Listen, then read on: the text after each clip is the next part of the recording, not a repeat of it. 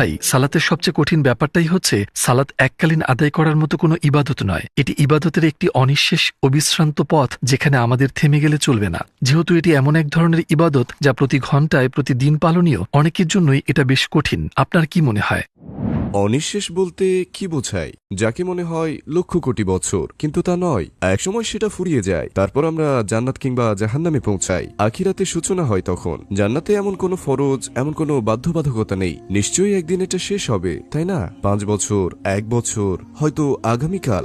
যখন আমরা একে অনন্ত আখিরাতের সাথে তুলনা করব, 30 বছরের সালাতাদের কষ্ট এর তুলনায় কিছুই না। আখিরাতে যে পুরস্কার আপনার জন্য অপেক্ষা করছে, তার তুলনায় এটা আঙুলের নখ দিয়ে ছোট্ট কিছুকে স্পর্শ করার মতো। পাশাপাশি আপনাকে এটাও ভাবতে হবে, যেমন ধরা যাক, এর কি কোনো নিশ্চয়তা আছে যে আপনি আগামীকাল বেঁচে থাকবেন? না, আগামীকালের সালাতের জন্য আপনি দায়ী নন। আপনি শুধু আজকের সালাতের জন্য দায়বদ্ধ। যদি আগামীকাল পর্যন্ত বেঁচে থাকেন, এইবার আপনি সেদিনের সালাতের জন্য দায়বদ্ধ।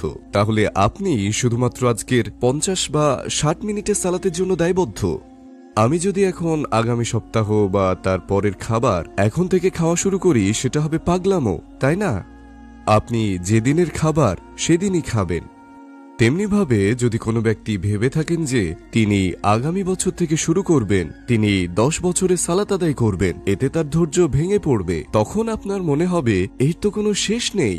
কিন্তু যদি কেউ বলে যে আমি শুধু আজকের সালাতের জন্য দায়বদ্ধ, তার দৃষ্টিভঙ্গি কিন্তু অনেকখানি বদলে যাবে। সে আগ্রহের সাথে সালাতে অংশ নেবে এই বলে যে আমি একটা নতুন দিন শুরু করলাম, আমার আত্মা, আমার হৃদয়, এদের আধ্যাত্মিক রসদ প্রয়োজন। ভাই, আপনার উত্তর সত্যি আমাকে সন্তুষ্ট করেছে।